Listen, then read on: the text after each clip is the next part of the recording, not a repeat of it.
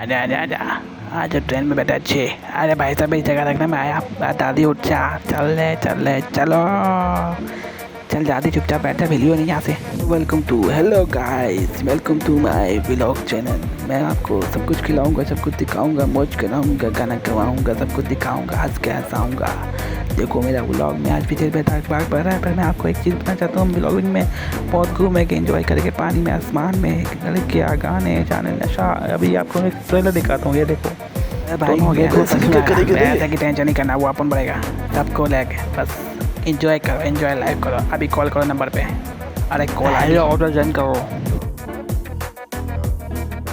तो welcome to my channel. चार दोस्त बैठ के प्लानिंग कर रहे थे एक ट्रिप की, जिसमें चारों डिसाइड कर रहे थे कि क्या होगा आगे। सब डिसाइडेड थे। अभी इतना खुश है कि अपना एक व्हाट्सएप ग्रुप बना लिया, जिसमें फ़ोटो भी लगा दिए। इतना खुश थे। वैसे तो जितने आते हैं उस ग्रुप में कपड़े पैक करने चले गए। और जब जा रहे थे उसकी मामा ने बोला, ये क्या कपड़े रखे हुए हैं, ये कपड़े पहनने के, ये कंबल वंबल रखो। बाप ने भी बोला ये भी रखो, कपड़े बहुत कीमती है कि वहाँ पे कौन सा सर्दी हो रही है, हम ट्रेन में बैठोगे धूपरी गर्मी में, हम कंबल लेके बैठेगा, अजीब नहीं लगेगा। बाद में बोला ना रखो तो रखो, बस मैंने बोल दिया। और फिर आती है माता जी की बारी। खाना बिस्किट सब कुछ दे दिया, मिठाई पूरी भर के। भाई रेल में नहीं हो गए हम लोग, कोई दावत कहाँ चले गए। गैलन दे दिया, बाप ने बोला ये गैलन नहीं, बड़ा गैलन लेके जाओ। क्या बात है, मतलब सफ़र में इतना बड़ा गैलन लेके जाना आसान काम थोड़ी ना है। मेरी तो पूरी तरह से सटक गई थी। अब क्या करना है कि मतलब हम गरीब बंदे बैठे हो गए ट्रेन में, पूरे कंबल ओढ़ के गर्मी में, मतलब सर्दी होगी वहाँ पे, सब हंस रहे होगे, हमें खाना दिखा के चला रहे होगे। हमको टॉफ़ी दे देगा या चॉकलेट दे देगा, क्या हम मारे कि नहीं उसे? कैसे लोग हैं ना, भी जाके अपना बाप हमारे बंदों को बनाएगा कि ये करो। क्या बात है ना पब्लिक। हमने गूगल खोल लिया, नासा को सर्च कर लिया कि बगैर खाए कैसे गुजारा जाए। नासा ने बताया जी हमको एक गोली सुबह शाम। हम तो खुश ही हो गए कि बस अब काम बन गया, खाने के बगैर भी सफ़र हो सकता है। कैसे कैसे ऐसे हो गया काम। बस अब डन करना था और पैकिंग करनी थी, बस डील डन। सब निकले गए, खुशी करेंगे, एंजॉय करेंगे, बस क्या बात है। एंजॉयमेंट शुरू हो गया था हमारा सबका, प्लानिंग बन चुकी थी, बस शुरू होने की देर थी। देखो चलो हल्ला गुला करे। उस बाइक पे निकल चुके थे एकदम बता, क्योंकि रास्ता कैसा भी हो, सफ़र कैसा भी हो, पर फ़ोटो अच्छी आनी चाहिए रे।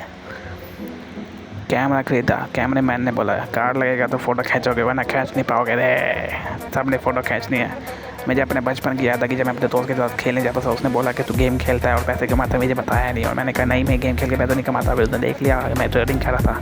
वो मेरा कुछ खास दोस्त था जो खुद कुछ बताता नहीं था, मेरे से पूछता रहता था। मैंने भी ट्रेडिंग करी और ट्रेडिंग सीख के आज मैं बहुत ज़्यादा कर रहे थे, कमाने पड़ गया। फिर वो मेरा मोबाइल ले गया और बोला कि मैंने खुद ट्रेडिंग करनी है। उसने इस तरह से मेरे मोबाइल ले लिया और बोला कि अब तो नया मोबाइल खरीद ले। पर मैंने कहा यार मेरा मोबाइल दे दे। उसने कहा अपना नया ले ले, और यही मसला था। ये दोनों खुश तो हो गए थे सब लोग। अब ये एक बात रह गई थी कि अभी इसके लिए बजट कैसे लाए। बजट तो हमारे पास किसी के पास नहीं था, तो हमने सोचा एक और दोस्त को उठा लें, क्यों ना उसके पास पैसा होगा।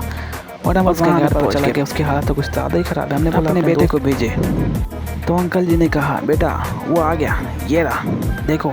अरे रुक जा टॉमी, ये हमारा बेटा है जो हमारा सारा पैसा बर्बाद करके आ गया खुद ही जाके। क्या बताऊं तुम लोगों को, हमारे स्कूल में इसको मैंने भेजा एक बंदे के दोस्त के चक्कर में ही यहाँ पर लटक गया। और उसने एक गेम ऐसी खेली जो ऐसी गेम थी जो ना खेलने वाली थी, और हम टाइम पे पहुँच गए, मैंने ये तो रोड़क जाता। और देखो उन्होंने किसने क्या हालत बता दी अपनी। अब मैं क्या कर सकता हूँ इसका, ये पूरे दिन घूमता रहता है। तो हमें नाश्ता करो भाई लोग। हमें लग रहा था हम लोग इसको लेके जाएंगे, पर यहाँ तो हालत ही ख़राब हो गई। हमने कहा टाटा बाय बाय, चल काम कर। फाइनली हम ट्रिप के लिए आ चुके थे स्टेशन पे और बहुत एक्साइटेड थे। तो वही हमेशा की तरह एक बंदा कहता कि मेरे पेट में दर्द हो रहा है, और मेरे को बहुत ही मतलब एमरजेंसी कॉल नंबर 2 आ गई है, और वो बोल रहा है मैं घर जाके ही करूँगा। मतलब समझ रहे हो ना, वो ट्रिप कैंसिल करना चाहता था, सब समझ गए। हमने कहा रुक जा भाई रुक जा, क्या मसला हो गया, क्या मसला हो गया। बोलता मेरे घर वालों की मेरी याद आ रही है, बोल रहा था याद आ रही है, बोल रहा था। बोले हम लोग ट्रिप पे जा रहे हैं, मुल्क छोड़ के नहीं जा रहे। पर वो कह रहा भाई मेरी हालत ख़राब है, बहुत हालत ख़राब है, मैंने घर जाना है। फिर किसी तरह वो मान नहीं गया। और फिर हम लोग ने कहा चलो चलते हैं। और वह बहुत रोया कि फिर भी घर वालों की याद आ रही है, मैं जा रहा हूँ। हमने कहा नहीं चल जा, घर चला जा। हम लोग फिर 3 ही तैयार हो गए इस ट्रिप के लिए। हम घर में और एक ट्रेन में बैठ चुके थे। हमेशा की तरह वहाँ बहुत रश होता था। एक बंदा फैमिली लेके पूरा ही आ गया, मतलब उसको छोड़ने के लिए 100 लोग और आए थे। हम हैरान, ट्रेन में पूरा रश लग चुका था और एक बंदा ट्रेन में गरमारी लगा रहा था और बंदे ऊपर से चढ़ के जा रहे थे। मतलब क्या हालात हो चुके थे, ऐसे हालात थे हम लोग बता नहीं सकते। आप सोचते होगे ये लोग आपको हर बार दिखते होंगे, चाहे आप लोग कितने ही बड़े होते हो, ये बुढ़ापे में भी आपको उतने ही फुल नज़र आएंगे, पर तादाद थोड़ी ज़्यादा हो चुकी होगी उस टाइम, और ये एक दिन एक्सटेंड हो जाएगी। और वैसा ही एक टिकट वाला अपने बेटे को कहता खाना वाना कर लो बस चलते हैं, और ट्रेन से हमारा सफ़र स्टार्ट हो चुका था। तो उतने वक्त भाई साहब यहाँ पे तो एक मैडम जी खड़ी हो गई, इंसान जैसा वजन, और सबको रोक रही। हम लोग सोच रहे पिछला रास्ता खुला ही, आगे से क्यों जा रहे, और पिछले रास्ते पे पहले से रिक्शा खड़ा होता था। सारे बावले थे ट्रेन में। हम लोग रिक्शे में बैठे और निकल पड़े अपने सफ़र के लिए। रिक्शे पे हमें भाई लोग मिला, उसने बोला किधर जाना है, अपने को बोला ले लो बेटा निकल लो। भाई लोग अब हमें कुछ समझ नहीं आया था, फिर हमने सोचा चलो चलते रहो। ऐसे बोला कहाँ जाना है आपको, कहाँ जाना है, हमने बोला वहाँ जाना है जहाँ पे हमें सुकून मिले। तो उसने बोला आपको एक जगह पति है, वो घर है इतना अच्छा है कि आप वहाँ पे रह सकते हो, एंजॉय कर सकते हो। बाहर से शानदार दिखता होगा पर अंदर से बवाल है।